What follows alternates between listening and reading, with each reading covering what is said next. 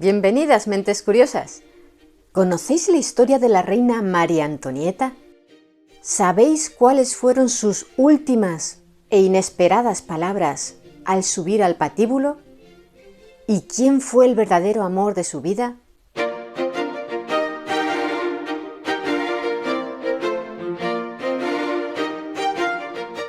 Se trata de uno de los personajes más emblemáticos de Francia, aunque no era francesa, sino austriaca. Pero ¿quién fue esta reina a la que sus súbditos odiaron hasta el punto de convertirla en, y esperamos que no lo consideréis un spoiler, la víctima más famosa que ha tenido Madame la Guillotina?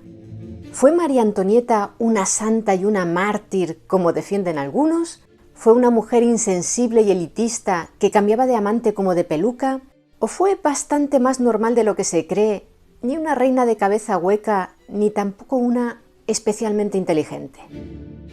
María Antonieta Josefa Juana de Habsburgo-Lorena, más conocida como María Antonieta, nació el 2 de noviembre de 1755 en el Palacio Hofburg de Viena. Fue la penúltima de los 16 hijos que tuvieron el emperador del Sacro Imperio Romano Germánico, Francisco I, y la emperatriz María Teresa de Habsburgo. En cuanto aquella pequeña abrió los ojos a este mundo, recibió el título de archiduquesa de Austria. Pese al ambiente cortesano en el que se crió, con el protocolo y la educación requeridos, se sabe que fue una niña a la que concedieron cierta libertad, por lo que tuvo una infancia bastante feliz, carente de preocupaciones. No contó con el cariño maternal de la emperatriz, muy involucrada en el gobierno de su marido, pero ese amor lo recibió María Antonieta de su institutriz, que no dudaba a la hora de concederle todos los caprichos. Incluso le recortó las horas que la niña debía dedicar al estudio, hasta el punto de que con 12 años la archiduquesa aún no sabía hablar en un correcto francés o alemán y tampoco sabía escribir bien. El único idioma en el que se desenvolvía de manera elegante era el italiano, gracias a su maestro Pietro Metastasio, uno de los más importantes libretistas de ópera del siglo XVIII. Recibió clases de religión y moral con su institutriz y otros maestros le enseñaron música y a tocar muy bien el arpa y el clavecín, aunque la pequeña María Antonieta también cantaba y era buena sobre todo en el arte de la danza, una disciplina para la que llegó a contar como maestro con el bailarín y coreógrafo francés Jean-Georges Noverre, conocido como el Shakespeare de la danza, a quien se considera el creador del ballet moderno. De hecho, el día de su nacimiento, el 29 de abril, se celebra el Día Internacional de la Danza. Cuando la niña estaba a punto de cumplir 10 años, en el verano de 1765, ocurrió una desgracia familiar. Fue durante la celebración de la boda de su hermano, el archiduque Pedro Leopoldo, futuro emperador Leopoldo II, con la infanta María Luisa de Borbón, hija de Carlos III de España. El padre del novio y de nuestra protagonista falleció de manera repentina debido a un derrame cerebral. Toda la familia lo lloró, pero especialmente su esposa, ya que la pareja imperial siempre había estado muy unida. A Francisco I lo sucedió su hijo mayor, José II, como emperador del Sacro Imperio Romano Germánico, aunque era su madre, la reina de Hungría, María Teresa, quien ejercía realmente el poder. Como era práctica habitual entre los gobernantes de la época, la viuda movió sus hilos para usar a sus hijos como peones para fortalecer o ampliar, a través de matrimonios concertados, las alianzas que a los Habsburgo les pudieran resultar más favorables. Así, en 1768 casó a la hermana favorita de María Antonieta, María Carolina, con Fernando IV de Nápoles, otro de los hijos del rey Carlos III de España. Esta boda causó una gran pena a María Antonieta, que no quería separarse de su hermana, 3 años mayor que ella. En cualquier caso, siguieron unidas, pese a la distancia física, el resto de sus vidas. Además, pronto le llegaría el turno de establecer vínculos matrimoniales a la propia María Antonieta, pese a tener solo 12 años. Su prometido iba a ser ni más ni menos que el heredero al trono del país archienemigo de Austria desde tiempos remotos: Francia. Pero es que en aquellos días María Teresa buscaba alianzas contra su mayor oponente del momento, el rey Federico II de Prusia, aliado de Inglaterra. Las largas negociaciones entre el duque de Choiseul, destacado ministro del rey francés Luis XV, y el príncipe de Starhemberg, del lado de Austria, concluyeron en el compromiso de la joven archiduquesa con el delfín de Francia, Luis Augusto de Francia, nieto de Luis XV. El padre del entonces delfín, Luis Fernando de Borbón, había fallecido poco tiempo atrás de tuberculosis a la temprana edad de 36 años. La jovencísima archiduquesa adolecía de la educación que una futura reina gala necesitaba y además era de personalidad caprichosa. De manera que en noviembre de 1768 Francia envió al abad de Vermont a Viena para que se convirtiera en el tutor de la niña. La instruyó en religión, historia y literatura francesa, sobre todo a través de conversaciones, porque María Antonieta no era mucho de libros. Pese a ser un poco perezosa en lo que a estudios se refiere, sacó un rendimiento notable de las clases del abad. El compromiso con el delfín de Francia se hizo oficial en junio de 1769 y la boda por poderes tuvo lugar en abril del año siguiente, cuando María Antonieta Josefa Juana, que entonces tenía 14 años, pasó a llamarse oficialmente Marie Antoinette Dauphine de France, es decir, María Antonieta Delfina de Francia. Justo unos días antes de que la archiduquesa tuviera que abandonar definitivamente Viena para viajar a su nuevo hogar, a Francia, su madre, María Teresa, decidió que ambas debían pasar aquellas últimas noches durmiendo juntas en los aposentos de la reina. Su objetivo era reforzar la relación personal con su hija, ya que era muy consciente de que en Francia confiaban en que María Antonieta olvidara sus orígenes austriacos para convertirse en una francesa de pies a cabeza. Y claro, María Teresa buscaba justo lo contrario. Lo que ella quería, como astuta gobernante, era que su pequeña pudiera interceder todo lo posible en beneficio del imperio austriaco desde su nueva y privilegiada posición. Curiosamente, la niña había sido criada durante toda su corta vida para odiar a Francia, porque los Borbones eran los eternos enemigos de los Habsburgo.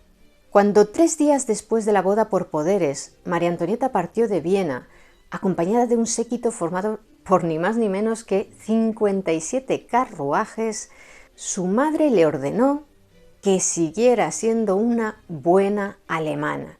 María Teresa, como veremos y como hizo con todos sus hijos, con independencia de la edad que tuvieran, siempre intentó mantenerla bajo control a través de las cartas que muy a menudo enviaba a Versalles para recordarle que a quien le debía lealtad como miembro de la familia de los Habsburgo era a Austria.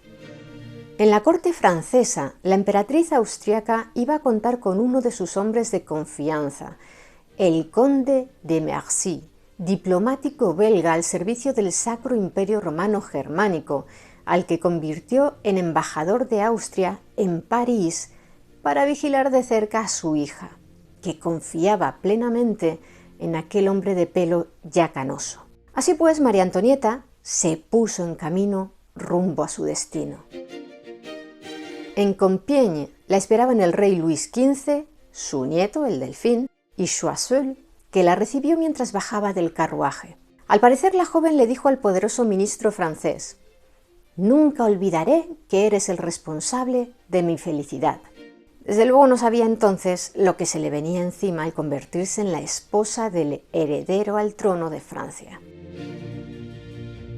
A continuación conoció a su esposo, 1 año y medio mayor que ella, de maneras torpes y quien, muy al contrario de como se lo habían pintado, no le resultó nada atractivo. Los retratos de él que le habían enviado a Viena habían sido retocados hasta el extremo. La boda con el futuro Luis XVI se celebró con gran boato el 16 de mayo de ese año, 1770, en la Capilla Real de Versalles. El pueblo francés acogió la noticia de este enlace y a la nueva Delfina con cierta frialdad, aunque todavía sin odio, ya que, pese a que veían con buenos ojos la posibilidad de que sangre nueva se sentara en el trono francés, dada la impopularidad de Luis XV, tampoco habían olvidado los largos años de enfrentamiento con la Casa de Austria. Un ejemplo de esa rivalidad había sido la Guerra de Sucesión de Austria, que había tenido lugar entre 1740 y 1748 y había enfrentado a Austria y sus aliados contra Francia y sus aliados. Aquel conflicto se había producido precisamente por la madre de María Antonieta, María Teresa, porque los enemigos de los Habsburgo, con los franceses a la cabeza, encontraron la ocasión de desafiarlos, alegando que debido a la ley sálica, la archiduquesa María Teresa no podía suceder a su padre Carlos VI en las diversas coronas que éste había ostentado hasta su muerte. Pero volvamos a la boda. Tras la cena se celebró la ceremonia del coucher, que consistía en meter en la cama al rey, o en este caso a la joven pareja de casados. A ella, como dictaba el protocolo, acudió toda la corte, incluido por supuesto el monarca Luis XV. También estaba entre los presentes el arzobispo de Arras, que se encargó de bendecir con agua bendita a los recién casados una vez en el lecho. Sin embargo, el matrimonio no se consumó. Tras aquella noche de bodas, el Delfín escribió en su diario «Rien», es decir, nada. Y así sería durante los 7 años siguientes. Lo cierto es que el inicio del joven matrimonio estuvo marcado por la tragedia. Durante las celebraciones posteriores a su boda, se exhibió un gran espectáculo de fuegos artificiales en París que terminó en tragedia. Fue el 30 de mayo, a las orillas del Sena. Aquella era una ocasión especial para los parisinos porque los fuegos artificiales no eran algo de lo que solía disfrutar el pueblo, estaban reservados a los reyes y aristócratas, de manera que eran mucho más habituales en Versalles que en París. Unas 400.000 personas se reunieron para ver el espectáculo en la Plaza Luis XV, hoy Plaza de la Concordia, pero algo salió mal y un cohete defectuoso provocó un incendio. Como los demás accesos a la plaza estaban cortados por los carruajes, la gente abandonó la plaza a través de la Rue Royale, que se convirtió en un embudo. La estampida provocó la muerte de 132 personas y varios centenares de heridos. Volviendo a los inicios de la joven Delfina en la corte francesa, no lo tuvo fácil a la hora de adaptarse a su nueva vida. Como archiduquesa austriaca había gozado de bastante libertad, mientras que en Francia, desde su llegada a Versalles, había estado sometida a un sinfín de protocolos propios de su posición, desde la ceremonia del despertar a las audiencias reales, las comidas oficiales en las que debía estar presente. Enseguida intentó llevar una vida más privada, en sus dependencias personales, donde se rodeó de un círculo de amigos que eligió ella y que no siempre fueron sinceros ni leales. Además, si desde Viena la madre se encargaba de recordarle continuamente que era austriaca, aquel era un dato que tampoco olvidaban en Versalles. Pronto empezaron a llamarla la austriaca de manera despectiva, y a sus espaldas, claro. Un apodo que la acompañó hasta sus últimos pasos en este mundo, hasta las escaleras del patíbulo. ¿Sabemos quién le puso el sobrenombre? Pues sí, una tía paterna de su esposo, Madame Adelaida de Francia, una de las 8 hijas de Luis XVI y Marie Leschinska, a las que se llamaba de manera colectiva las Mesdames, las señoras, y que al ser miembros del partido antiaustriaco nunca tragaron a María Antonieta. También a su esposo, el Delfín, le habían inculcado un gran odio contra todo lo austriaco, y su tutor, el duque de la Vauguyon, intentó arraigar aún más esa animadversión contra todas las personas del entorno de María Antonieta, con el objetivo de que el joven no se dejara influenciar por los pro-austriacos, entre los que se encontraban desde el ministro Choiseul, artífice de la reconciliación con Austria y de aquel matrimonio tan mal visto en la corte, hasta el abad Vermont. Cuando Choiseul cayó en desgracia después de que Luis XV lo destituyera de su cargo a finales de 1770, una situación que provocó la poderosa amante del monarca, Madame du Barry. El Delfín y el resto de antiaustriacos se alegraron. María Antonieta, en cambio, perdió un aliado, lo que seguramente la hizo sentirse aún más sola en medio de las conjuras palaciegas, porque desde luego con su marido no podía contar, ni siquiera para buscar descendencia, ya que el matrimonio no se había consumado. Este último dato, que la emperatriz de Austria conoció no a través de su hija, sino de los espías que tenía en la corte francesa, entre los que estaba, por supuesto, el conde de Mercy, la irritó sobremanera y no dudó en lanzar a través de cartas duras críticas a su hija, responsabilizándola de que el marido no deseara mantener relaciones con ella. Llegaría a decir de su propia hija que no tenía belleza ni talento y que, por tanto, era un completo fracaso. María Teresa, pese a la distancia que la separaba de su hija, intentó siempre infundirle miedo. Y es cierto que la joven pareja no había consumado el matrimonio. Como hemos mencionado, no lo harían durante mucho tiempo, pero la Delfina había terminado ganándose la simpatía de su esposo, quien confesó a sus tías paternas que encontraba a su mujer muy encantadora. La primera vez que María Antonieta desobedeció las órdenes directas de su madre fue cuando ésta la quiso obligar a estar de buenas con la favorita del rey, Madame du Barry. María Antonieta no la tragaba porque aquella mujer había provocado la destitución del duque de Choiseul, uno de sus principales aliados. Este rifirrafe con la cortesana estuvo a punto de provocar un incidente entre Austria y Francia, así que tras la sonora reprimenda que recibió de María Teresa, la Delfina por fin aceptó hablarle a Madame du Barry. ¿Y qué le dijo? Quizá os preguntéis. Fue el día de Año Nuevo de 1772 y sus palabras exactas fueron: «Hoy hay mucha gente en Versalles». Como veis, no fue una frase muy sesuda ni profunda, pero sí suficiente para calmar los ánimos de todos. Sin embargo, María Antonieta, que era orgullosa, no tardaría en vengarse. En el verano de ese mismo año, 1772, el Delfín presentó a María Antonieta como su esposa ante Luis XV, porque aquella noche se había producido un encuentro entre ambos en el que ella perdió la virginidad, aunque al parecer la relación siguió sin ser completa. Por cierto, quizá hayáis escuchado que María Antonieta tuvo muchos amantes, pero esa afirmación tiene más de leyenda que de realidad, y se debe sobre todo a las calumnias que los antimonárquicos llegaron a lanzar contra ella años más tarde para atacar a través de su persona a la institución monárquica. Aclarado esto, parece que sí tuvo una relación extramatrimonial que algunos historiadores han calificado de íntima, profunda y verdadera. ¿Quién era él?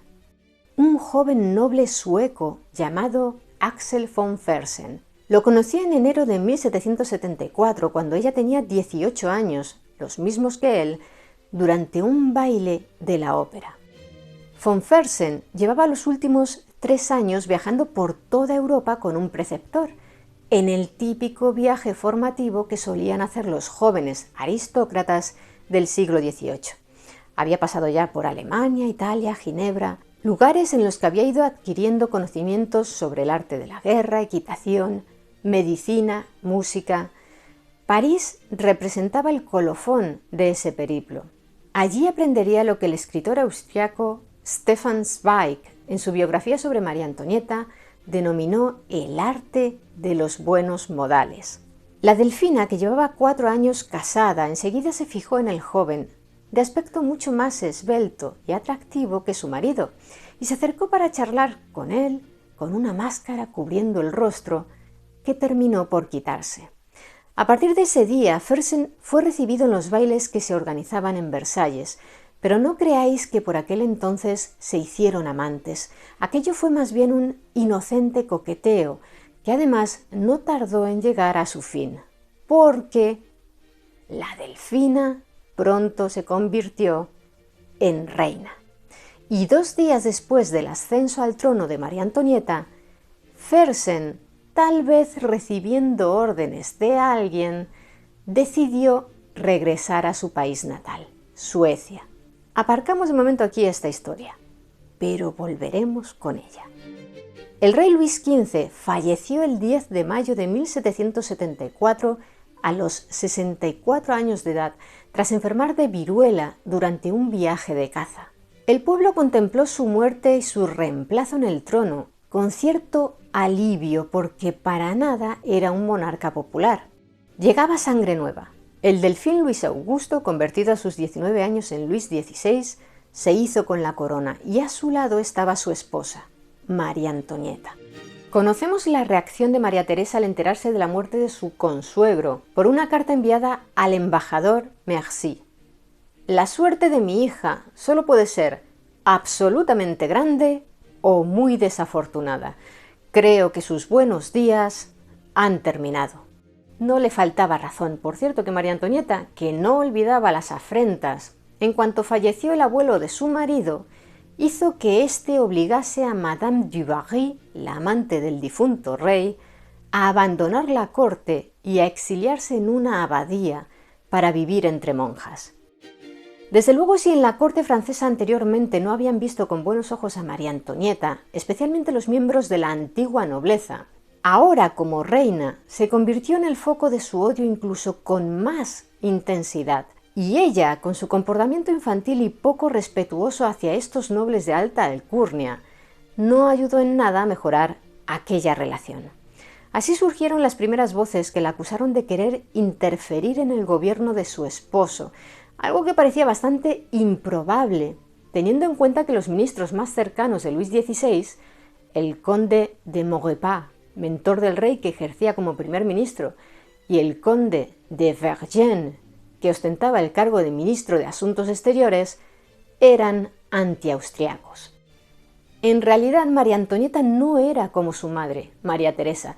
Ella no estaba interesada en el poder y sus intrigas. Se dedicaba a llevar una vida frívola, siempre en busca de un buen entretenimiento, de diversiones a las que accedía sin escatimar en gastos. Según algunas fuentes, Luis XVI se lo permitía porque se enamoró de ella.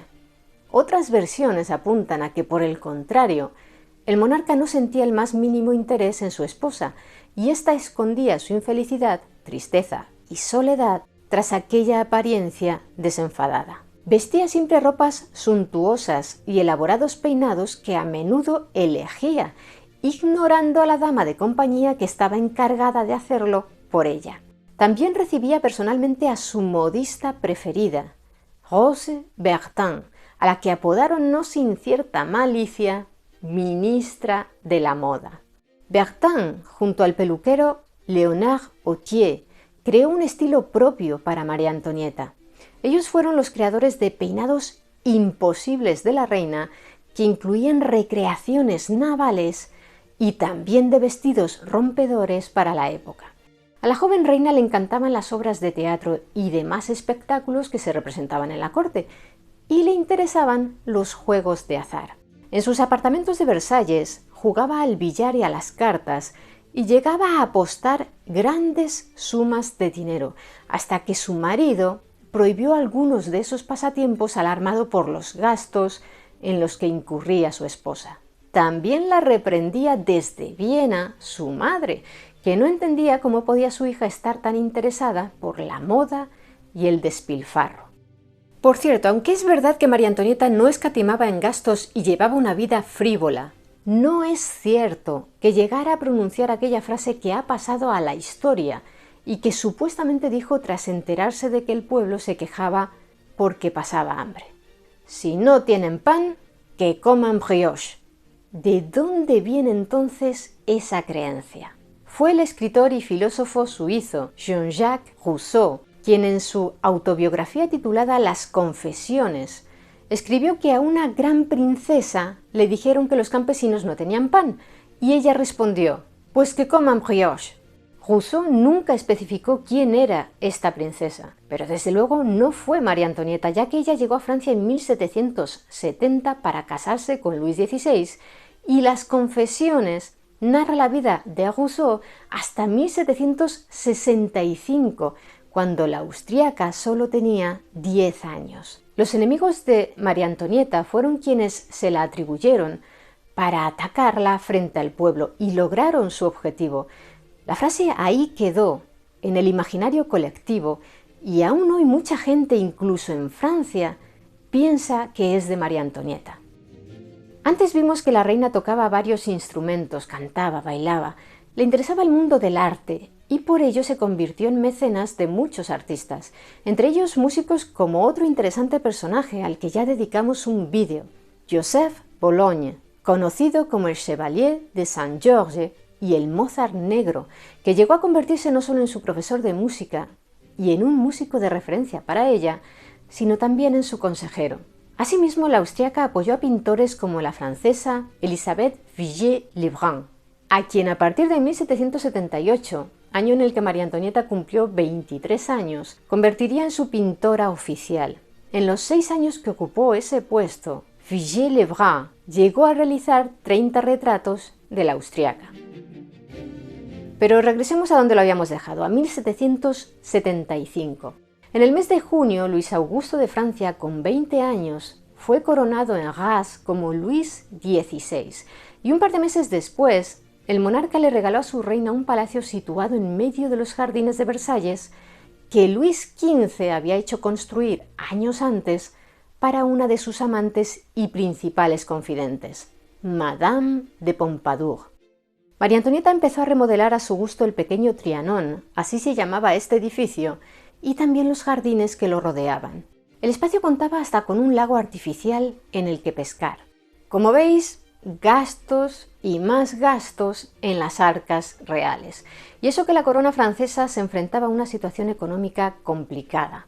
Es cierto que no tanto por los caprichos de María Antonieta, como sus críticos defienden, como por las deudas contraídas hacía algo más de una década durante la Guerra de los 7 años, en la que Francia cayó derrotada ante prusianos e ingleses, y por los gastos derivados de la participación de Francia en la Guerra de Independencia de los Estados Unidos, que había dado comienzo en el 75.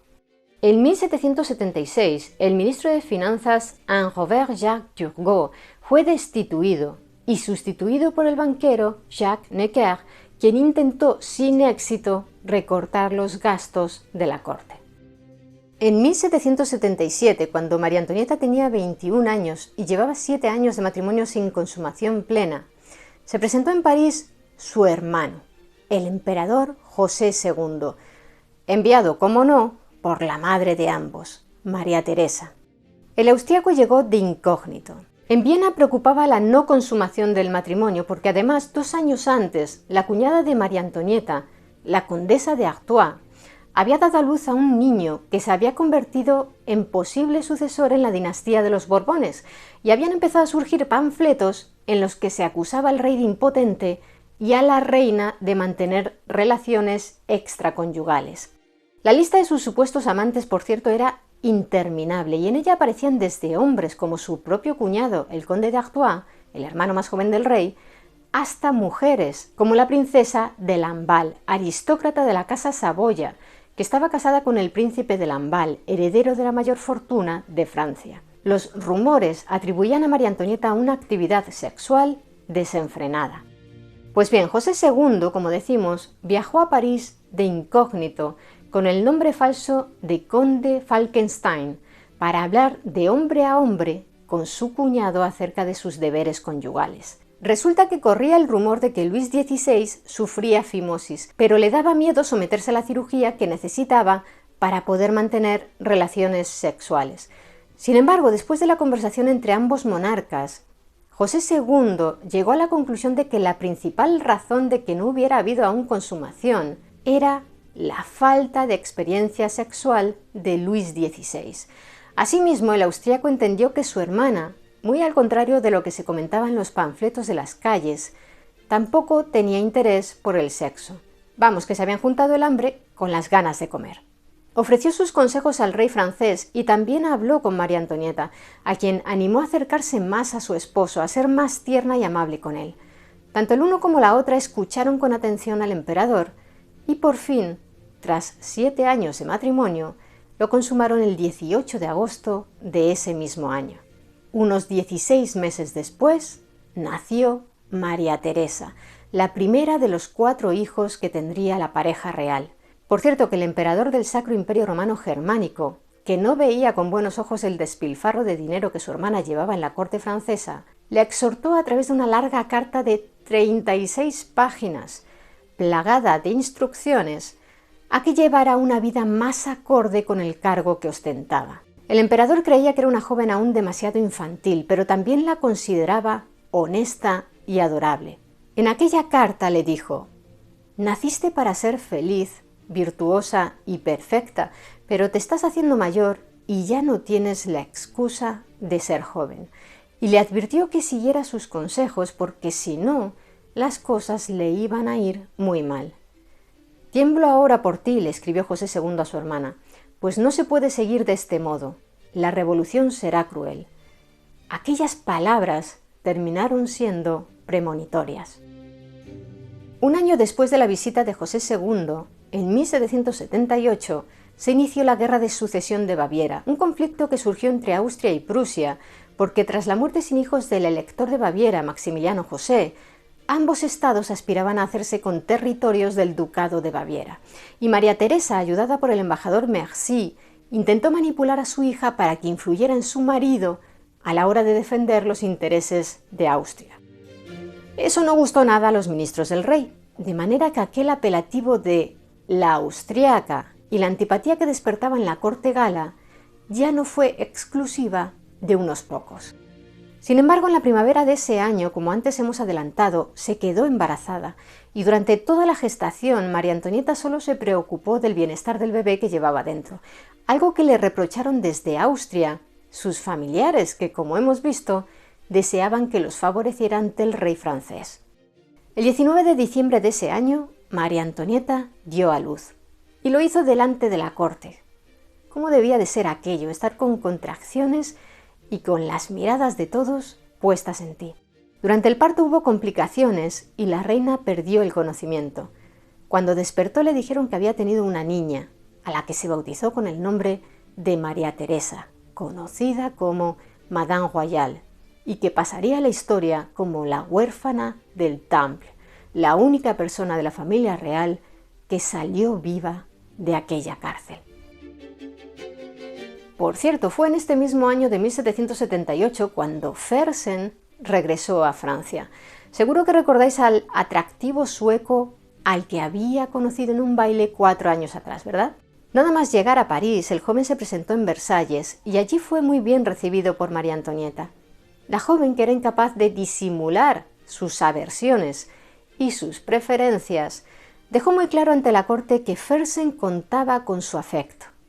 Según cuenta Zweig en su biografía, en una ocasión, sentada al piano y mientras cantaba El lamento de Dido, al llegar a las palabras «Ah, que je fus bien inspiré quand je vous reçus dans ma cour», «Ah, qué bien hice al recibiros en mi corte», miró al sueco. Sin embargo, parece que este caballero siempre hizo alarde de prudencia, ya que pese a la amistad que mantenía con la reina, un año después de su regreso decidió poner distancia entre ambos. Muchos creen que para no comprometer la reputación de su amiga. Se alistó para marcharse con el ejército a Norteamérica, como ayudante del militar y aristócrata francés Lafayette, que luchó como general por las 13 colonias en su guerra de independencia contra Inglaterra. El embajador sueco del momento le explicó a su rey Gustavo III la delicada situación entre Fersen y María Antonieta con las siguientes palabras. El joven conde Fersen ha mantenido en este asunto una actitud ejemplar por su modestia, su contención y sobre todo porque ha decidido marcharse a América. Con su partida ha eliminado todos los peligros. Sin duda, resistir tal tentación exigía una resolución mayor de la que cabe suponer a su edad. Durante los últimos días, la reina no podía apartar los ojos de él, y cuando le miraba, estaban llenos de lágrimas. Ruego a vuestra majestad que guarde este secreto únicamente para sí mismo y para el senador Fersen, es decir, el padre del muchacho. Una vez restaurado el pequeño palacio que le había regalado su marido en Versalles, el Petit Trianon por su nombre en francés, María Antonieta se instaló allí para llevar una vida más privada. algo que escandalizó a la corte. En este lugar recibía a sus amistades más personales, como la carismática Yolande Martin Gabrielle de Polastron, por entonces condesa de Polignac y considerada una de las mujeres más bellas de la sociedad prerrevolucionaria. El iris de sus ojos, por cierto, era de color violeta, como el de la legendaria actriz Elizabeth Taylor. También se suele decir de la francesa que era una persona calculadora y egoísta. Los rumores le atribuyeron a la reina un romance con ella.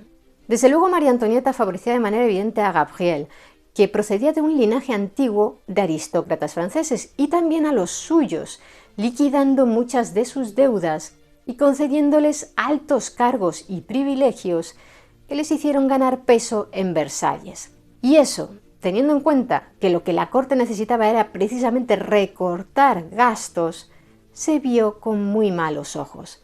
Las críticas en este sentido se exacerbaron aún más cuando en octubre de 1780 el conde de Polignac recibió el título de duque y su esposa, Gabrielle, la amiga de María Antonieta, además de convertirse en duquesa, obtuvo el privilegio del taburete. ¿En qué consistía ese privilegio?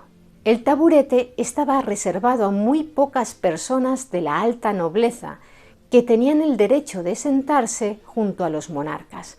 María Antonieta hizo que la duquesa se instalara en Versalles para tenerla cerca, y allí esta mujer forjó una amistad con el conde de Artois, que también formó parte del círculo de íntimos de María Antonieta. Si la ya duquesa de Polignac caía muy mal en la corte francesa, incluyendo al consejero político de la reina, el conde de Mercy, tampoco es que en la de Viena, por influencia del propio Mercy, le tuvieran ninguna simpatía.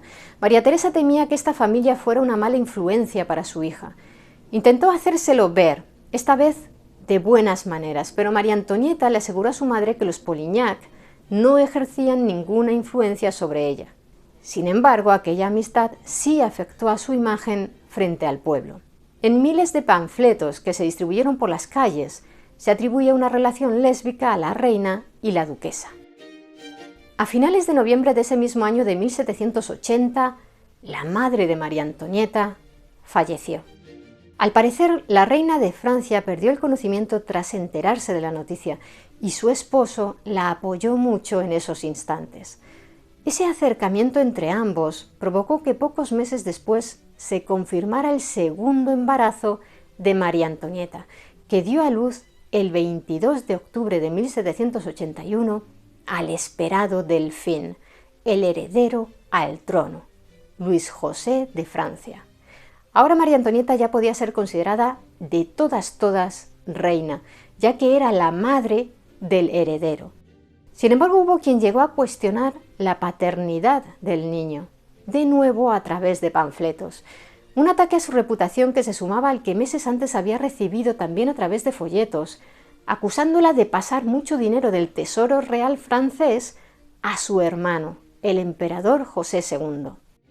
En 1782, a finales de verano, se produjo la bancarrota de Rohan Remené, de manera que la esposa de este, la princesa de Remené, que era la institutriz del heredero al trono, tuvo que dejar su puesto debido al escándalo. ¿Y quién pasó a ocupar ese puesto? La mejor amiga de la reina, la duquesa de Polignac. Así que imaginaos, si antes ya había rumores de la relación entre ellas, las habladurías se volvieron aún más insistentes, ya que además en la corte se consideraba que Gabrielle era una advenediza que no estaba a la altura de ocupar cargo tan distinguido como el de institutriz del Delfín. Aparte, según el criterio de los cortesanos y del pueblo, la reina no dejaba de dar más y más motivos para hablar de ella, como cuando se le ocurrió construir en Versalles, junto a su Petit Trianon, una pequeña aldea formada por 12 casas, levantadas en forma de media luna alrededor de un lago artificial. Al proyecto lo llamó Le Hameau, es decir, la aldea.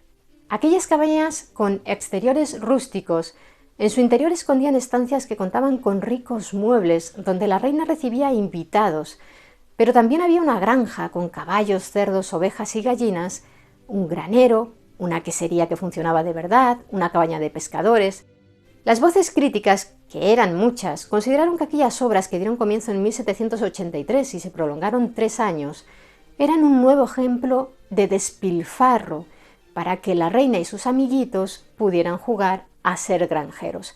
Por cierto, la duquesa de Polignac contaba con su propia cabaña en esta aldea. Se supone que lo que la austríaca buscaba con aquel lugar era, además de celebrar reuniones y pasear, convertirlo en un entorno que formara parte de la educación de sus hijos. Cuando la Revolución Francesa unos años después hizo caer a la monarquía, este lugar no tardó en deteriorarse porque lo habían edificado sin pensar en su conservación a largo plazo. Sin embargo, Napoleón Bonaparte hizo que lo restauraran entre 1810 y 1812. Eso sí, al hacerlo se llevaron por delante el granero y la lechería, que eran las construcciones más deterioradas. Y si hoy podemos hacer una visita a esta aldea en el Palacio de Versalles, es gracias a que en los años 30 del siglo XX el millonario John Rockefeller aportó el dinero necesario para que el lugar no quedara en la ruina. También a finales del siglo XX, edificios como el Molino de Agua volvieron a ser como habían sido en un principio. En cuanto a la granja, fue reconstruida en 2006 y en la actualidad cuenta con una gran variedad de animales. Pero regresemos con María Antonieta a 1783. En el verano de este año regresó a su vida alguien que sabemos que significaba mucho para ella. ¿Lo adivináis? Exactamente, el noble sueco, Fersen. Tras desembarcar en Francia con el cuerpo auxiliar americano, 4 años después de su partida, acudió directamente a Versalles.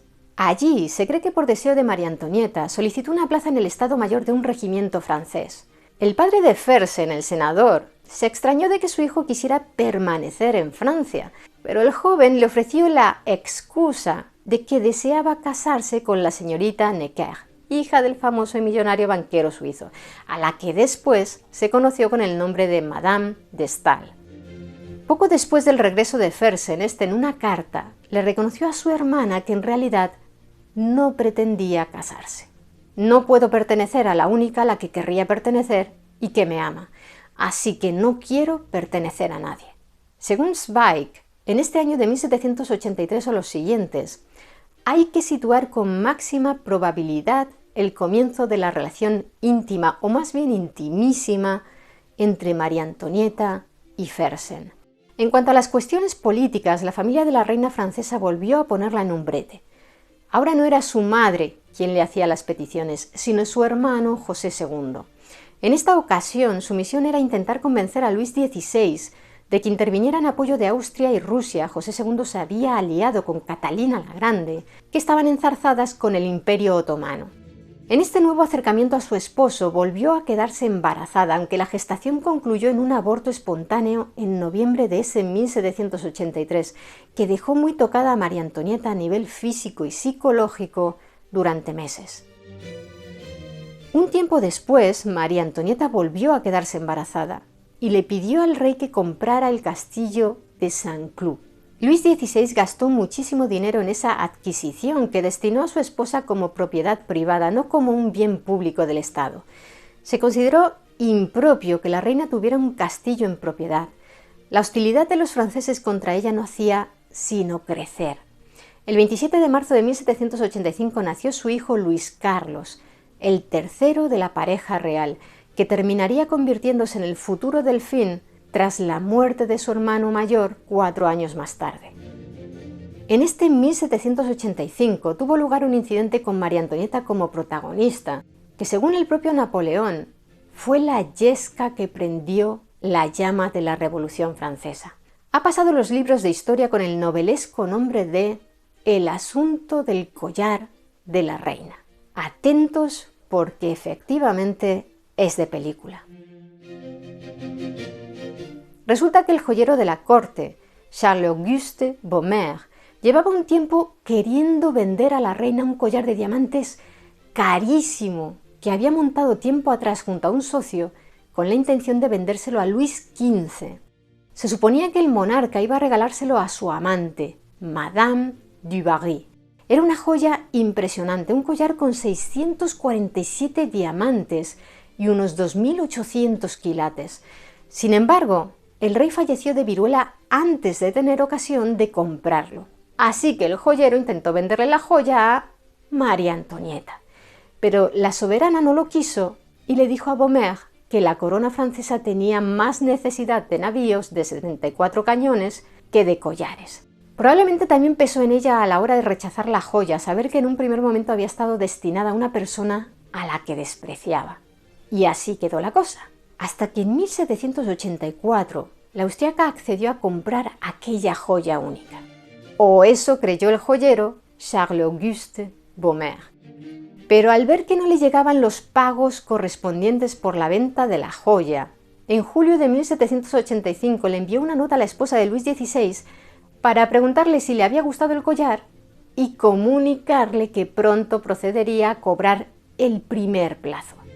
María Antonieta, que ese día estaba ensayando en el teatro de su Petit Trianon la representación de una obra de Pierre Rostand de Beaumarchais, el barbero de Sevilla, arrojó enojada el mensaje al fuego pensando que se trataba de un error, porque ella no había comprado ese collar. ¿Qué había pasado entonces? No era ningún malentendido, sino un robo en toda regla, perpetrado por una condesa, Jeanne de Valois-Saint-Remy, su esposo, Nicolas de la Motte, y uno de los amantes de ella, un falsificador llamado Rétaux de Villette. Jeanne había iniciado una relación con el cardenal Louis de Rohan, que había sido embajador en la corte de Viena y por quien los Habsburgo, la familia de María Antonieta, no sentían ninguna simpatía, porque según María Teresa era un tipo espantoso y sin moral. Una opinión que su hija María Antonieta compartía y que había provocado que Rohan no fuera bienvenido en Versalles. De manera que el cardenal estaba obsesionado por ganarse las simpatías de la reina de Francia y su nueva amante, Jeanne, enseguida se percató de ello. La condesa le aseguró a Rohan que pertenecía al círculo más íntimo de la reina, una vil mentira, y entonces el cardenal le suplicó que le concertara una cita con su majestad.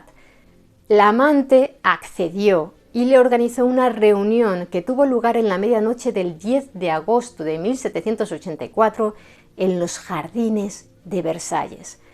Por supuesto, no fue la reina quien acudió a aquel encuentro con el cardenal, sino una prostituta llamada Nicole d'Oliva, que iba disfrazada de la reina y se sirvió de un velo en las penumbras de la noche para engañar al cardenal, que quedó encantado tras aquella cita. Jeanne de Valois-Saint-Remy, también conocida como la condesa de la Motte, le entregó a Rohan una carta que supuestamente le había enviado la reina, falsificada por su otro amante, el falsificador Rétaux de Villette. En ella, María Antonieta le aseguraba al cardenal que entre sus mayores deseos estaba comprar el collar de diamantes del que hemos hablado antes, pero que, dada la situación de las arcas reales, la operación no podía realizarse de manera pública, así que le pedía que él pagara en su nombre al orfebre en 4 pagos y le hiciera llegar a Versalles el collar. Por supuesto, el joyero, Beaumaire, se alegró muchísimo de por fin poder colocar aquel collar y lo hizo a un precio nada desdeñable de 1.600.000 libras francesas, el 0,5% del dinero que el Estado recaudaba en impuestos en todo un año. En enero se lo hizo llegar al cardenal. Más tarde, Villette, el amante falsificador de la condesa, visitó a Rohan como si fuera un enviado de la reina y se llevó la joya. Él mismo se encargó de desmontarla para que el esposo de Jeanne pudiera venderla por piezas en Londres. Sin embargo, no tardó en saltar el escándalo porque el joyero, al no llegar nunca al primer pago de Rohan, este se encontraba muy contrariado porque ni una sola vez se había visto a la reina luciendo el magnífico collar, envió a María Antonieta la nota que ésta quemó. Cuando unas semanas más tarde el orfebre se enteró de que la soberana había quemado su mensaje, se lo reconoció Madame Campan, dama de compañía de María Antonieta, exclamó: «La reina sabe que me debe dinero». Madame Campan le preguntó a qué se refería y a continuación informó a su señora de lo ocurrido. Luis XVI hizo llamar al cardenal de Rohan a Versalles, y allí se enteró el religioso de que había sido estafado por su amante. Intentó explicarse, pero no logró convencer al rey, que pensó que aquel hombre estaba implicado en la estafa. De manera que, cardenal o no, lo hizo detener y fue conducido a la Bastilla. Aunque Rohan no pasó excesivas penalidades durante los 9 meses en que permaneció encerrado, porque se alojó en unas estancias relativamente cómodas donde podía hasta recibir visitas, para nada estaba pudriéndose con los grilletes puestos, como aseguró más tarde su abogado, el pueblo no vio con buenos ojos que el rey decidiera meter en prisión a un hombre de Dios y consideraron a este una víctima más de la monarquía absoluta. También acabaron entre rejas la condesa de la Motte, el falsificador Villette y la prostituta Nicole d'Oliva. El marido de la organizadora del robo se libró porque estaba en Londres. En cuanto a María Antonieta, pese a ser solo una víctima más en aquel feo asunto, los enemigos de la monarquía aprovecharon la ocasión para convertirla en blanco de sus críticas y difamaciones a través de panfletos y caricaturas. Se usó la historia del encuentro a medianoche con el cardenal para hacer correr el rumor de que María Antonieta tenía una affaire con el religioso. Vamos, que en el asunto del collar de la reina no solo la pintaron como una despilfarradora, sino también como una mujer infiel y promiscua. Además, con un hombre a quien ni ella ni su familia austríaca soportaban. El juicio se llevó a cabo de manera pública por expreso deseo de María Antonieta, pues quería demostrar al pueblo francés que era inocente de cualquier acusación. Se celebró a finales de mayo de 1786, con María Antonieta, por cierto, embarazada de la que sería su cuarta hija nacida, Sofía Beatriz, que llegó a este mundo en julio, pero al ser prematura, falleció a los pocos meses. ¿Cuál fue el resultado del juicio por el robo del collar? Rohan fue absuelto de todos los cargos, algo que no gustó demasiado a los reyes, porque al fin y al cabo había pretendido reunirse con María Antonieta a medianoche en los jardines de Versalles. Terminó exiliado de la corte. En cuanto a Nicole d'Oliva, la prostituta que se hizo pasar por la reina, fue absuelta también. Por contra, se condenó a Villette, el falsificador, que fue desterrado de Francia y se mudó a Italia, y a Nicolas de la Motte, que fue condenado a la esclavitud como galeote, pero se libró porque no lo habían podido atrapar. Y nos queda la otra gran protagonista de este turbio caso, la propia condesa de la Motte. Fue quien se llevó la peor parte de todos los implicados, ya que la consideraron la organizadora del robo. Fue condenada, torturada públicamente, la marcaron con la letra V de voleuse, de ladrona, y encerrada a cadena perpetua en la prisión de Salpêtrière. Sin embargo, 2 años después escapó de allí vestida de chico y viajó a Londres, donde en 1789 publicó sus memorias que tuvieron bastante éxito. Falleció solo 2 años después, tras sufrir una caída desde un balcón mientras intentaba huir de sus acreedores.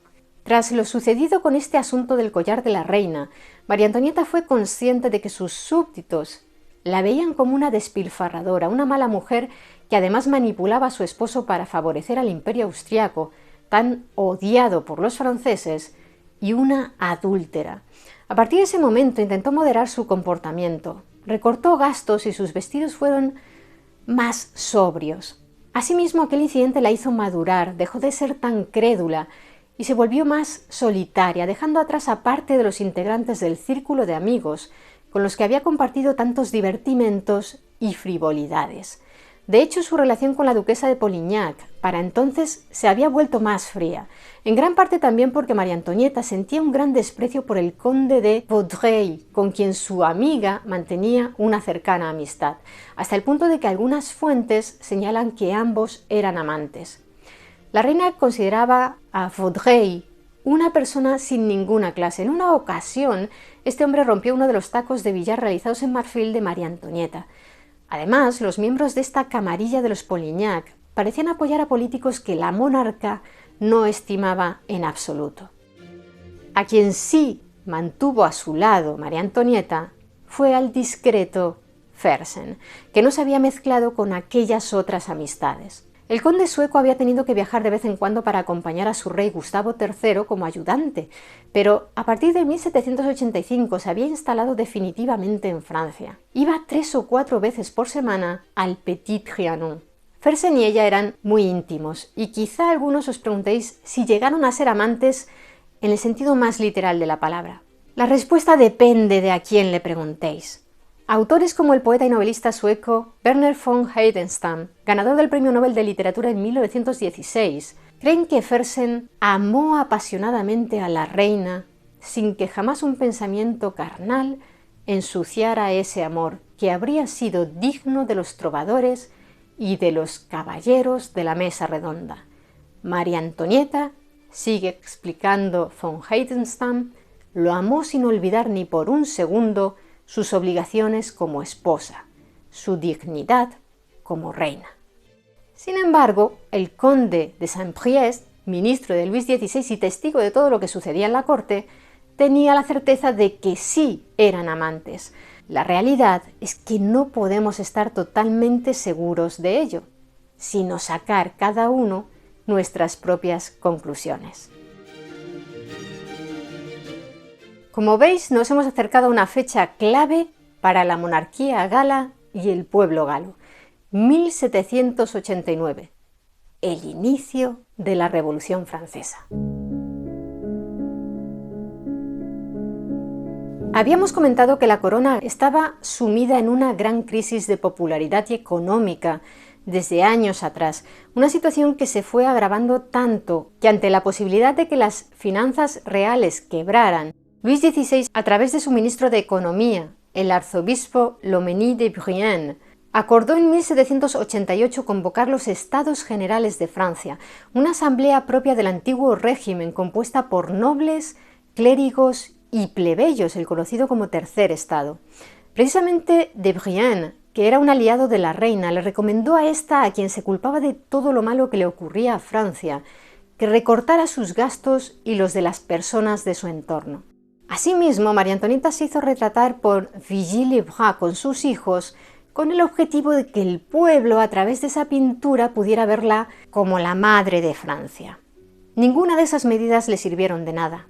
No mejoró la imagen de la reina de cara al pueblo, que ya la odiaba y comparaba con las consideradas peores soberanas de la historia de Francia.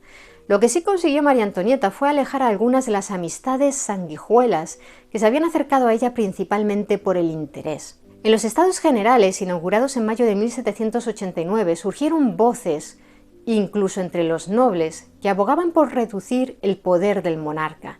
Así, por ejemplo, como vimos en el vídeo sobre Josefina Bonaparte, su entonces todavía marido, Alexandre de Beauharnais, abogó en estos Estados Generales porque el monarca no tuviera el mando de los ejércitos. No solo la visión que se tenía de la familia real caía en picado, también estaba sentenciado su poder efectivo. María Antonieta, que nunca se había interesado demasiado por los asuntos de gobierno, ahora lo estaba menos todavía, ya que se encontraba volcada en los cuidados de su hijo Luis José, que sufría tuberculosis tísica. El niño falleció el 4 de junio de ese 1789 con solo 7 años y su madre al lado de su cama. Aquella pérdida fue muy dura para la reina, que cayó en un estado depresivo. Ella, al contrario que su progenitora, siempre había sido muy cariñosa y cercana con sus pequeños. La muerte de Sofía Beatriz y del Delfín fueron muy dolorosas para ella. La muerte del pequeño prácticamente pasó desapercibida entre el pueblo, algo que no entendió nuestra protagonista, firme defensora por educación y mentalidad de la monarquía absoluta. Pero claro, en esos momentos el pueblo estaba mucho más interesado en la gran revolución que se avecinaba y en la que también participaron miembros de la aristocracia francesa. Entre estos nobles se encontraba el primo del monarca, Luis Felipe II, duque de Orleans y nuevo líder del partido orleanista, la principal oposición a la monarquía absoluta vigente que representaban Luis XVI y María Antonieta. El duque convirtió su residencia en París, el Palais Royal, en el centro del terremoto político donde se había empezado a fraguar el movimiento revolucionario. Luis Felipe II llegó a ser conocido por los revolucionarios como Philippe Égalité, Felipe Igualdad, ya que creía en la igualdad de todos los hombres. Se le veía como una alternativa a una revolución sangrienta, pero cuando ésta tuvo lugar, él se puso del lado de los revolucionarios. No le sirvió de mucho. Terminaría guillotinado tan solo 4 años más tarde, en noviembre del 93. En 1789 el clima de violencia en las calles había ido aumentando. Los Estados Generales fueron sustituidos por una Asamblea Nacional y esta había derivado a principios de julio en una Asamblea Constituyente, aceptada por Luis XVI porque no tenía más remedio. Pero ninguna cesión iba a impedir el estallido de la Revolución Francesa solo unos días después, el 14 de julio, con el asalto a la Bastilla.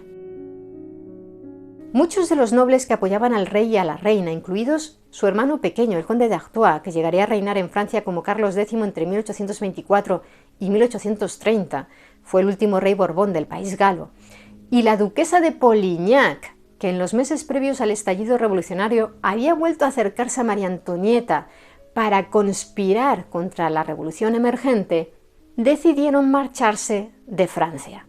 Sabían que su vida pendía de un hilo. María Antonieta, por su parte, permaneció al lado de su marido, aunque desde luego el poder de los monarcas ya no era el mismo. La Asamblea Constituyente que se formó a raíz de la Revolución trajo la aprobación de la Declaración de los Derechos del Hombre y del Ciudadano y, por tanto, la abolición de privilegios del alto clero y la aristocracia. Asimismo, concedió el voto a más de 4,5 millones de hombres en posesión de una pequeña propiedad, además de proponer una constitución. Defendían que los hombres nacen y permanecen libres e iguales en derecho, y que la libertad consiste en el poder de hacer todo lo que no perjudica a otros. En 1790 concedió mantener al rey su derecho de veto gracias a la intercesión del conde de Mirabeau, miembro de la Asamblea, que combinaba un radicalismo parlamentario con su apoyo a los monarcas, pero el poder de Luis XVI, como hemos dicho, fue mermando cada vez más. Los bulos contra la realeza, centrados sobre todo en María Antonieta, continuaron. La acusaban de haber organizado una orgía con los guardias de corps, un tipo de tropa de la Casa Real, y de querer emprender una sangrienta contrarrevolución. El 5 de octubre de 1789, un gran número de personas, en su mayoría mujeres, se presentaron en Versalles para reclamar al rey por la escasez de pan y la falta de derechos. Se les unieron otros miles, esta vez armados y animados por los revolucionarios, y en la mañana del día siguiente invadieron las estancias reales y se produjeron muertos entre los asaltantes y los guardias. Los manifestantes obligaron a la familia real a trasladarse a París, al Palacio de las Tullerías, donde permanecieron bajo la vigilancia de la Guardia Nacional y prácticamente todos los lacayos eran espías de los revolucionarios. Vamos, que se puede decir que estaban casi bajo arresto domiciliario. María Antonieta se limitaba a cuidar de sus hijos y a cumplir algunas de sus funciones representativas y poco más, porque no deseaba inmiscuirse en asuntos políticos. Se vestía de manera más sencilla. Por supuesto, también se la criticó por ello, la tildaron de persona fría. La soledad de los monarcas era inmensa, y más aún tras la muerte de Mirabeau en abril de 1791, de modo que solo 2 meses después, en la noche del 20 de junio, Luis XVI y María Antonieta y sus hijos huyeron de las Tullerías, acompañados además por la hermana pequeña del rey, Madame Isabel. En el plan de fuga había participado el inseparable amigo de la reina, el sueco Fersen, que para organizarlo habló con la austríaca sobre todos los detalles. La familia real intentó llegar a los Países Bajos austriacos, pero fueron identificados y detenidos en Varennes y llevados de regreso a París.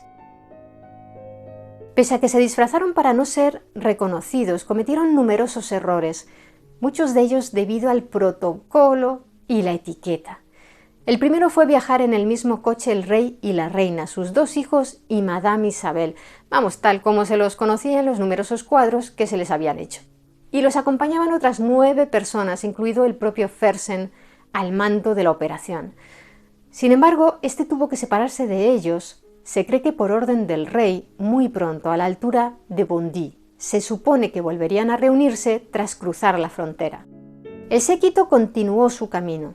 Era pequeño, pero demasiado grande como para pasar desapercibidos, por no hablar de los caros baúles llenos de ropajes reales con los que viajaban. Todo ello, además, ralentizó el viaje. y encima el coche en el que viajaba la familia era un suntuoso coche nuevo, enorme y muy cómodo, que por supuesto también llamaba la atención. Un poco más y adornan las puertas con la flor de lis. Pero no, a eso no llegaron. No hizo falta. Los habían ido reconociendo por el camino y los detuvieron de manera definitiva en la localidad de Varennes, donde el pueblo ayudó a retenerlos para que no pudieran escapar y los hicieron regresar a París bajo vigilancia militar. Aquel intento de fuga fue determinante para que el titubeante rey, que no era desde luego el prototipo de monarca absoluto, terminara de perder cualquier tipo de legitimidad ante el pueblo francés. Podría haber decidido combatir la revolución abiertamente o sucumbir ante ella y abogar claramente por una monarquía constitucional, pero optó por el camino de la huida y los franceses no se lo perdonaron. El escándalo fue notorio. A mediados de septiembre de ese 1791, Luis XVI se vio obligado a ratificar la primera Constitución francesa. Esto hizo que los realistas que habían emigrado, entre ellos los dos hermanos que después llegarían a reinar en Francia, el conde de Provenza, futuro Luis XVIII, y el conde de Artois, futuro Carlos X, y que desde las fronteras de Francia podían permitirse el lujo de envalentonarse, miraran con malos ojos a los monarcas como si se hubieran vendido al enemigo, porque efectivamente la monarquía tenía que jugar a un doble juego doloroso para ellos. Yo misma, escribió María Antonieta al respecto, no sé qué actitud y qué tono adoptar. El mundo entero me acusa de fingimiento, de falsedad, y nadie puede creer, y con razón, que mi hermano, Leopoldo II del Sacro Imperio Romano Germánico, que había sucedido a José II, a la muerte de este, tiene tan poco interés por la terrible situación de su hermana que la expone de forma incesante al peligro sin decirle una sola palabra. ¿Y cómo veían las gentes del pueblo francés a la familia real? Pues con muchísima desconfianza, y la mayoría con ánimos revanchistas, ya que entendían que Luis XVI conspiraba contra la revolución y representaba una amenaza para la igualdad que propugnaban. Al año siguiente, la Asamblea Legislativa, que había sustituido a la Constituyente, obligó al rey a declarar la guerra a Austria, al sobrino de María Antonieta, Francisco II, heredero del recientemente fallecido Leopoldo II.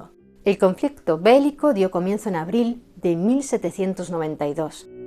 Los revolucionarios radicales, con los girondinos a la cabeza, querían quitarse de encima la monarquía, así que propugnaron la aprobación de un decreto que estipulara la deportación de aquellos miembros del clero que se negaran a jurar la Constitución y fueran denunciados como contrarrevolucionarios. Su intención era empujar al monarca, que era católico, a usar su derecho constitucional de veto. Y así fue. Luis XVI interpuso el veto ante lo que él consideraba una franca injusticia y destituyó a los 3 ministros girondinos que le instaron en una carta abierta a firmar el decreto. Decisiones que pusieron de ejemplo para demostrar cómo el monarca actuaba en contra del pueblo. El 20 de junio de 1792, una marcha revolucionaria se presentó en las Tullerías en protesta por aquel veto. Como de costumbre, el rey no fue claro a la hora de ordenar la defensa del palacio, de manera que las masas terminaron entrando, y allí aceptó ponerse el gorro frigio, prenda representante de los ideales de igualdad, libertad y fraternidad de la revolución, que un sans-culotte le ofreció. Por cierto, los sans-culottes, palabra que significa literalmente sin calzones, eran miembros del tercer estado, los menos acomodados de la sociedad, que llevaban pantalones largos, al contrario que las clases más pudientes que llevaban culottes, unos pantalones que llegaban hasta la rodilla. También llegó la turba a los aposentos de María Antonieta, que se parapetó tras una mesa y 3 filas de guardias nacionales. Tuvo que soportar no pocos insultos, pero los líderes de aquel movimiento no buscaban actuar de forma violenta. Intentaban convencer al rey de que reforzara el poder de la Asamblea, defendiera al país frente a los ataques extranjeros, respetara la Constitución y levantara el veto y llamase de nuevo a los ministros girondinos destituidos. Muchos piensan que esta fue la última oportunidad de que dispuso el rey para aceptar una monarquía constitucional, pero ni hizo ninguna promesa ni levantó el veto. Napoleón, por cierto, fue testigo de esta invasión de las Tullerías y se mostró muy crítico con la actitud dubitativa del monarca. En la biografía que escribió sobre él Alejandro Dumas, el autor de Los Tres Mosqueteros, el escritor explica que el militar corso sintió vergüenza ajena al ver que el rey se rendía sin más. Napoleón murmuró un insulto: «Coglione, coglione», es decir, «estúpido, estúpido». Un amigo que lo acompañaba le preguntó: «¿Qué querías que hiciera?». Y Bonaparte respondió: «Debería haber mandado barrer a 400 o 500 con un cañón y los demás aún seguirían corriendo en desbandada». Desde el exterior de Francia vieron aquella intrusión en el palacio como inadmisible, como un insulto a Luis XVI, y al poco tiempo se dio a conocer en París el manifiesto de Braunschweig, según algunas fuentes, promovido por la mano del sueco Fersen, con el que se advertía a los revolucionarios que Federico Guillermo II, rey de Prusia, y Francisco II, emperador del Sacro Imperio Romano Germánico, entrarían en París si el Palacio de las Tullerías era atacado y exigían la restauración de la autoridad de Luis XVI. Se cree que el documento provenía de los emigrados franceses y no está claro que lo respaldaran Federico Guillermo II y Francisco II. El manifiesto no sirvió para intimidar a los revolucionarios. De hecho, esta amenaza militar y política encendió la mecha del asalto al palacio que tuvo lugar el 10 de agosto de ese 1792 y que supuso la caída definitiva de la monarquía, de Luis XVI. Ante el inminente ataque, este decidió buscar refugio junto a su familia, la reina, sus hijos y la hermana del monarca, Isabel, sin presentar batalla. Sin presentar batalla él, porque el asalto se saldó con más de 1000 muertos, ya que en su eterna indecisión, cuando Luis XVI quiso dar órdenes a sus hombres más fieles, la Guardia Suiza, de que no repelieran la invasión, ya era demasiado tarde. Para entonces, él ya se había refugiado en la Asamblea Legislativa, situada a apenas 200 pasos del Palacio Real y en la que antiguamente había habido una escuela de equitación cubierta. Allí pidió derecho de asilo y se lo concedieron porque al fin y al cabo seguía siendo el monarca, junto a la Constitución, una de las autoridades del país. Apenas 3 días después, poco les importó eso a los revolucionarios, que ordenaron el traslado de la familia real a la Torre del Temple. Por cierto, que en el itinerario del trayecto dieron un rodeo para que el monarca pudiera ver en la Place Vendôme la estatua de su abuelo Luis XV derribada de su pedestal, a los pies del pueblo parisino, una imagen metafórica de la caída definitiva de la monarquía. El Temple era un antiguo castillo que había pertenecido a los caballeros templarios, de ahí su nombre. Curiosamente, en aquel palacio había vivido muy buenos momentos María Antonieta, cuando en el lugar residía uno de sus cuñados, el conde de Artois, pero a ella y al resto de la familia los destinaron no al palacio, sino a la torre, mucho menos confortable. Allí iban a vivir privados de libertad, aunque eso sí, lejos de los alzamientos de los ciudadanos más radicales. Para entonces, casi toda la corte había abandonado a los reyes, salvo contadas excepciones como Madame Campan, la dama de compañía más cercana a María Antonieta, que años después escribiría una de las biografías más famosas de la reina, y su gran amiga, la princesa de Lamballe, que había regresado de Londres para acompañarla en unos momentos tan complicados. Aquel regreso terminaría costándole la vida. Campan y Lamballe siguieron a la familia real a su prisión, pero las autoridades revolucionarias enseguida se llevaron del Temple a las personas que no pertenecían a la familia real. Si bien Campan terminaría muriendo muchos años después debido a una enfermedad en su cama, la suerte que corrió la princesa de Lamballe fue muy diferente. La llevaron a la prisión de la Force y durante las matanzas de septiembre de ese año 1792, 3 días y 3 noches en los que ejecutaron en las prisiones a 2000 personas sospechosas de ser antirrevolucionarias, ella fue una de las víctimas. En un juicio improvisado en el que la princesa de Lamballe aceptó jurar los principios de libertad e igualdad, pero se negó a jurar su odio al rey y a la reina, la sentenciaron a muerte. Un grupo de hombres la asesinaron y una vez fallecida le cortaron la cabeza y la ensartaron en una pica para exhibirla por las calles de París, así como su cuerpo destrozado. ¿Y a dónde creéis que en ese macabro paseo llevaron los restos del aristócrata? A la torre del Temple, para que la reina pudiera ver el cuerpo sin vida de la que consideraban que había sido su amante. Según la biografía de Zweig, dos de las personas arrastraban el cuerpo desnudo por las piernas, otro hombre mantenía en alto las vísceras de la mujer y otro portaba la pica con la cabeza. Querían subir con esos trofeos a la torre para obligar a la reina a besar a su puta.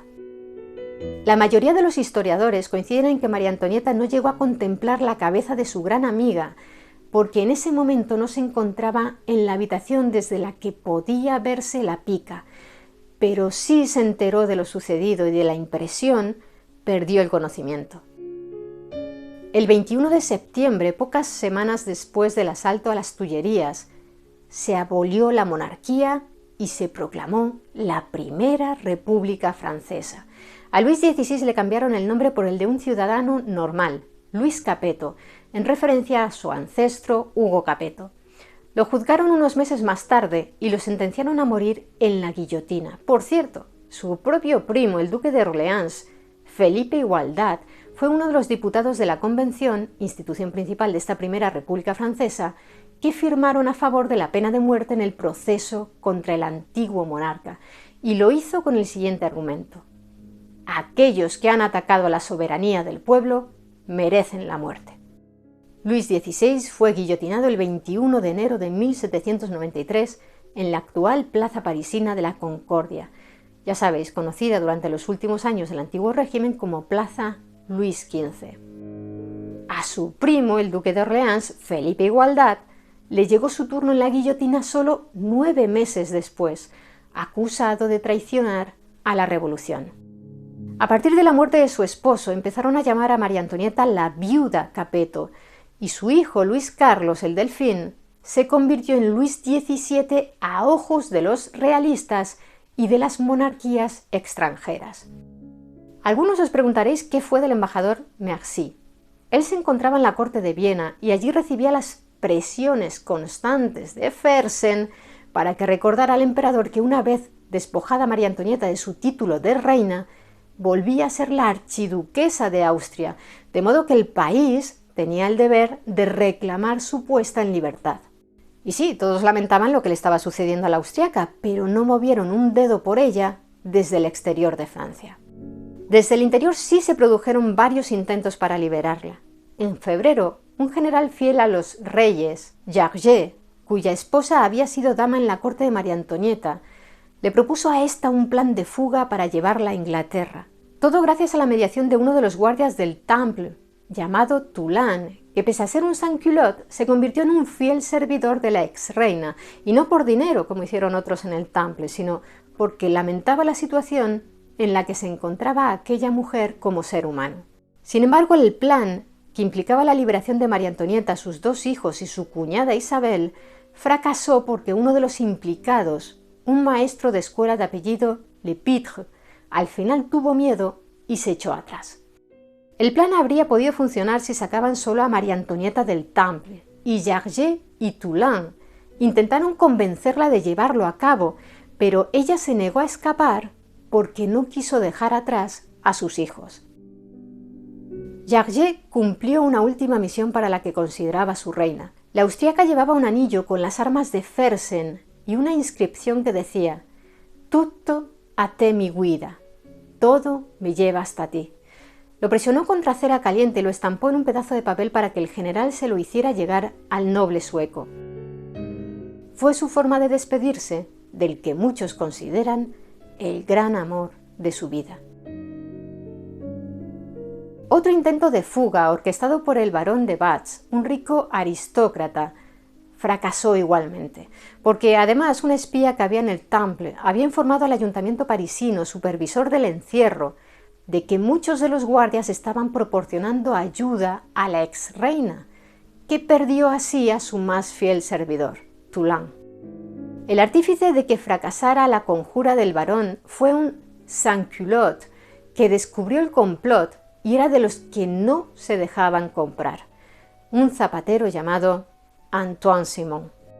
Poco después de que se descubriera la conjura del barón de Batz, el 3 de julio de ese 1793, las autoridades ordenaron que el delfín, Luis Carlos, de 8 años, fuera separado de su familia a la fuerza. Según contó después María Teresa, la hija de María Antonieta, esta trató de impedirlo, pero la amenazaron con matar al niño, aunque en el informe oficial no se dice nada de esto y no parece que tuvieran órdenes de hacer daño al delfín. Se llevaron al pequeño a una estancia del Temple, lejos de la torre donde permanecían su madre, su hermana y su tía, y le pusieron como educador, a ver si alguno lo adivina, al zapatero Simón, un hombre fiel a sus ideales, pero sin ningún tipo de formación, apenas sabía escribir. Está claro que deseaban criar al supuesto delfín como un muchacho más en aras de la igualdad.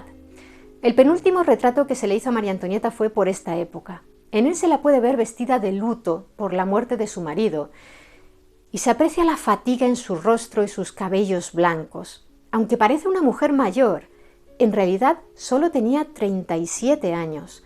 Diversas fuentes apuntan a que el autor fue el polaco Aleksander Kucharski, expintor de la corte que supuestamente consiguió entrar en el Temple, no se sabe si quizá implicado en el intento de fuga de Jarget, y ver a la reina.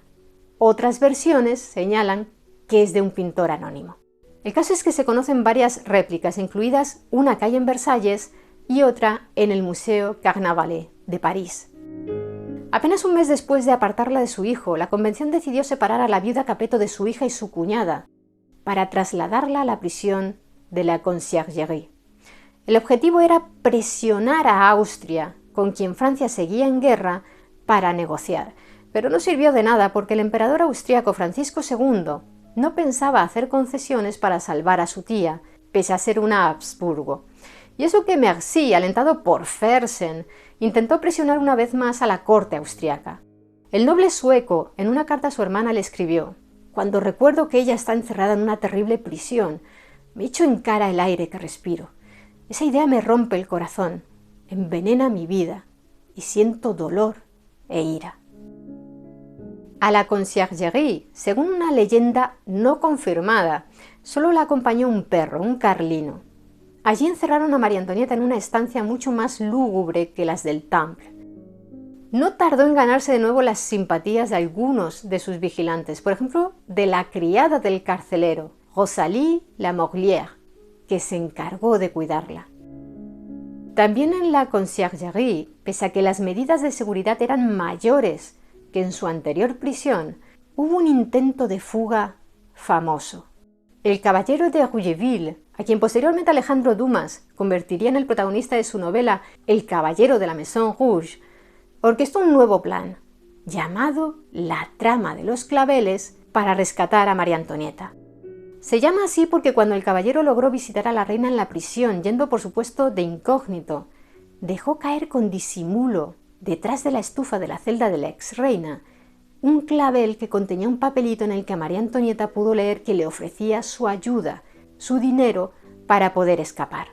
Pero los captores a los que se intentó implicar, pese a su simpatía por la austriaca, terminaron informando a las autoridades del intento de fuga, de modo que también este terminó en un nuevo fracaso.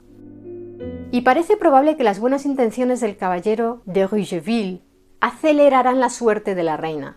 Si hasta entonces se le había dispensado un trato más o menos bueno, dentro de las circunstancias, le quitaron todo lo que tenía, incluidos un reloj de oro que era un recuerdo de su madre y un pequeño medallón con los cabellos de sus hijos. También la cambiaron de celda a una con dobles puertas de hierro y una ventana tapiada hasta la mitad de la reja para enterrarla en vida.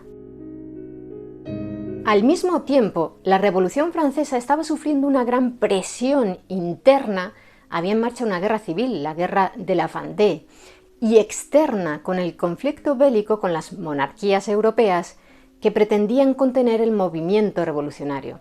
En este clima de profunda tensión, muchos en la convención pidieron la cabeza de la antigua reina. Era el caso del diputado Jacques-Nicolas Bigot-Varenne, quien en un discurso pronunciado a principios de octubre dijo de ella que era la vergüenza de la humanidad y de su sexo, y que como tal debía pagar su crimen en el patíbulo. El fiscal Fouquier-Tinville aún tardaría semanas en presentar una acusación formal contra María Antonieta, debido a la falta de pruebas de que había cometido alta traición, un problema que no llegaría a resolver. A esa acusación se unió después otra monstruosa, la única que logró dejar en shock a la austriaca. En un momento os hablaremos de ella.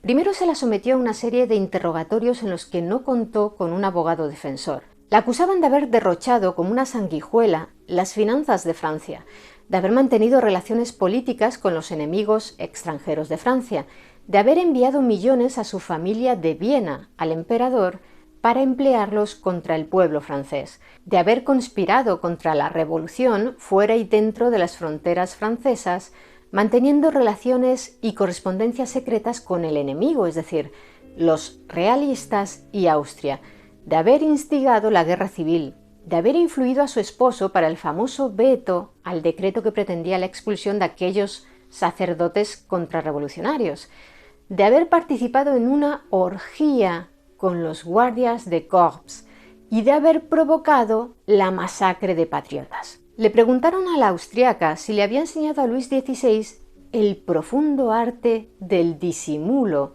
con el que el monarca había engañado a sus ciudadanos.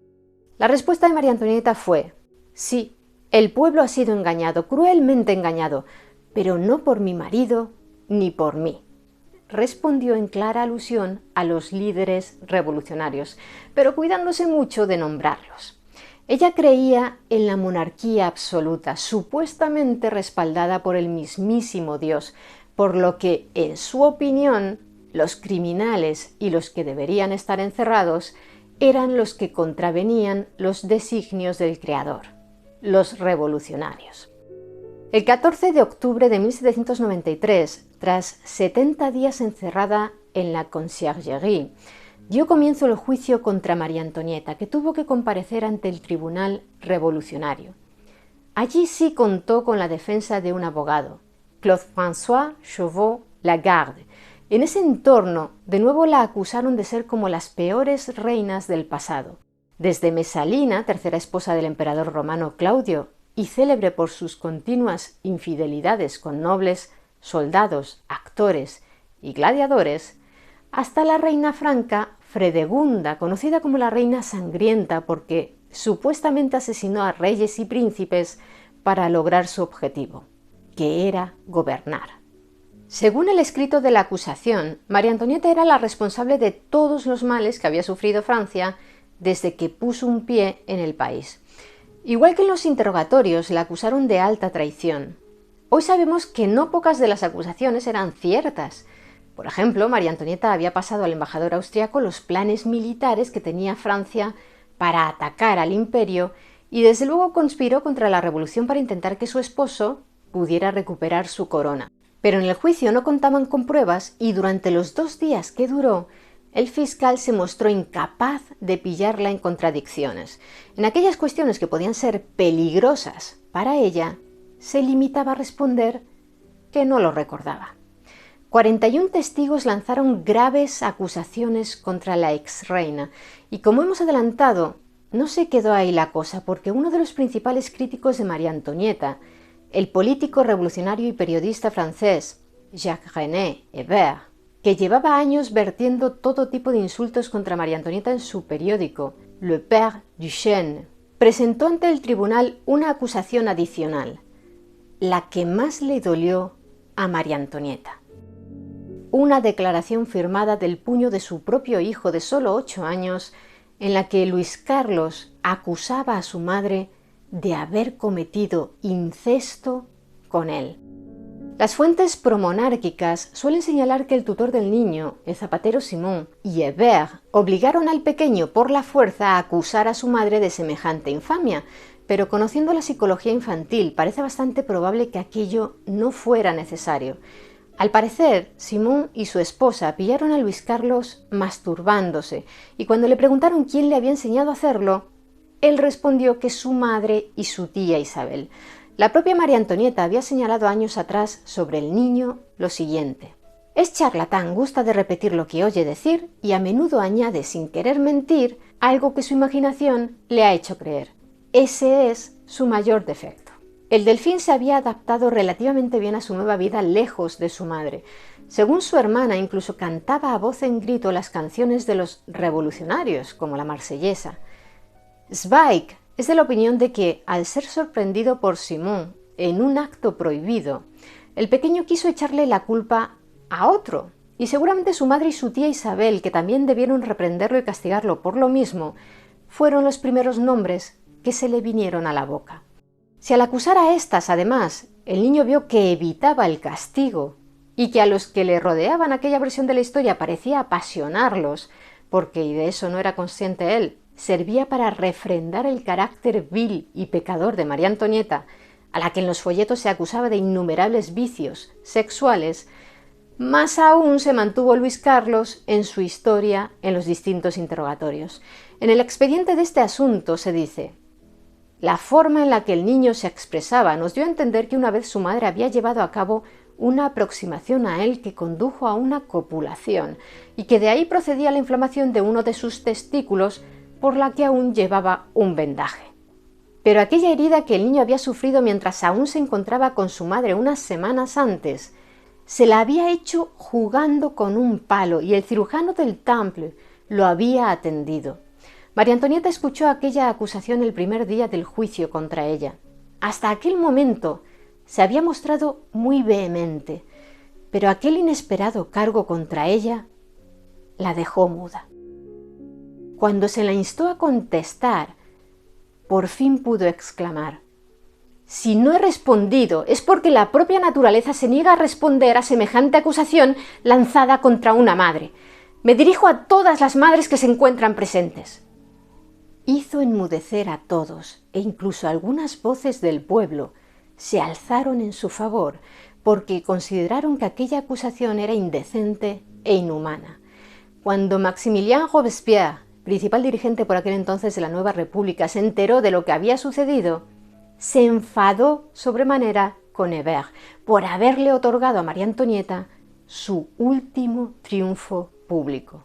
El editor del periódico Le Père Duchesne terminaría él mismo siendo víctima de la guillotina solo unos meses después. En la última carta escrita por María Antonieta, dirigida a su cuñada Isabel y escrita pocas horas antes de subir al patíbulo, la exreina se refería a las acusaciones de incesto de su hijo.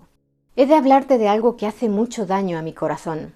Sé qué torturas tiene que haberte causado este niño, pero discúlpale, querida hermana. Piensa en su gran juventud y en lo fácil que es poner en labios de un niño lo que se quiere oír de ellos, e incluso lo que él mismo no entiende. El jurado no tuvo en consideración estas últimas acusaciones, no hacía falta. A las 4 de la madrugada del 16 de octubre de 1793, tras una deliberación que no fue tal, la decisión estaba tomada de antemano por la Convención, dio su veredicto. María Antonieta, acérrima enemiga de la Revolución, era culpable. El acusador público pidió la pena capital y fue aprobada de forma unánime. Tras escuchar la sentencia, María Antonieta no dijo una sola palabra.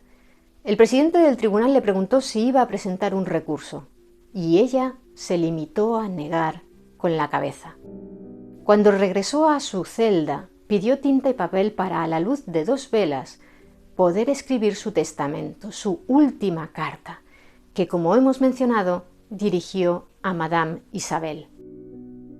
A las 7 de la madrugada de aquel 16 de octubre, María Antonieta se cubrió con un vestido blanco. Se le prohibió vestir de luto porque vestirse de viuda podía agitar al pueblo.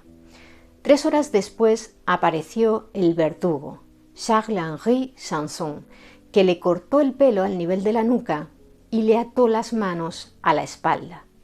A las 11 de la mañana salió por las puertas de la Conciergerie, donde le esperaba el carro de los sentenciados a muerte. Con su marido Luis XVI habían tenido una mayor deferencia. Lo habían trasladado el día de su ejecución subido a su carroza de la corte, protegido por una pared de cristal. En el caso de María Antonieta, su verdugo, Sanson, incluso llevaba sujeta en una mano la larga soga que ataba las muñecas de la sentenciada, como si aquella mujer se estuviera planteando intentar escapar pese a estar rodeada de guardias.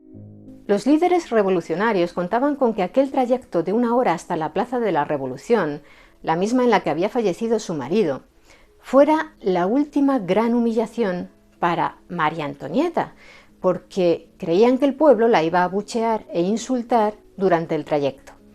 Pero el hecho de que aquella mujer cubierta de canas, de ojos enrojecidos y piel pálida, mostrara dignidad en sus últimos momentos, hasta el propio Hébert escribió al día siguiente en su Père Duchesne: la ramera se mantuvo audaz y descarada hasta el final, acalló muchas voces. Y eso que un actor y militar llamado Guillaume Antoine Noury, más conocido como Gramont, lideraba por orden de Robespierre y vestido con el uniforme de Guardia Nacional, el convoy que acompañaba a la exreina mientras profería insultos contra ella durante todo el viaje para así azuzar al resto del pueblo. Como Hébert, de quien era seguidor, también Gramont terminó guillotinado pocos meses después. El último retrato que conservamos de María Antonieta es este dibujo a la tinta del pintor francés Jacques-Louis David, montada en la carreta que la llevaba hacia el patíbulo. Una vez allí empezó a subir las escaleras del cadalso y, según cuenta la leyenda, le pisó un pie a su verdugo. «Perdón, señor», le dijo, «no lo hice a propósito». Esas habrían sido sus últimas palabras, aunque algunos historiadores creen que nunca las pronunció. De hecho, según otras fuentes, habría dicho: «Adiós, hijos míos, voy a reunirme con vuestro padre». Lo que sí sabemos con certeza es que eran las 12:15 del mediodía, cuando el filo de la guillotina cegó su vida. Sanson tomó la cabeza de la reina y, mostrándosela al pueblo de París, gritó: «¡Viva la República!». Tiempo después, Napoleón Bonaparte diría de este ajusticiamiento: una mujer que no tenía más que honores, sin poder, una princesa extranjera, la más sagrada de las rehenes, arrastrarla del trono al patíbulo a través de toda clase de ultrajes, hay en esto algo incluso peor que el regicidio. Los restos de María Antonieta fueron enterrados en una fosa común en el desaparecido cementerio de la Madeleine, cerca de su marido Luis XVI. También en las proximidades estaban enterradas las 132 víctimas de la estampida de la Rue Royale. Como en el caso de otras personas decapitadas, echaron el ataúd sobre un lecho de cal viva por orden de la Convención, para evitar además que alguien traficara con las reliquias reales. La Europa monárquica se puso de luto al conocer la historia de su ejecución, y especialmente lo lamentó la reina de Sicilia y Nápoles, María Carolina, que, como sabéis, era su hermana favorita. Cuentan que intentó con todas sus fuerzas olvidar el francés, pero le resultaba demasiado familiar como para conseguirlo. ¿Y qué pasó con los hijos de María Antonieta y Luis XVI? 3 meses después de la muerte de la exreina, el considerado Luis XVII por los monárquicos europeos fue encerrado en una celda, totalmente incomunicado y en unas condiciones inhumanas que lo hicieron enfermar de gravedad. Ya no estaba junto al zapatero Simón y su esposa, que se habían marchado del Temple. Falleció allí el 8 de junio de 1795, con tan solo 10 años.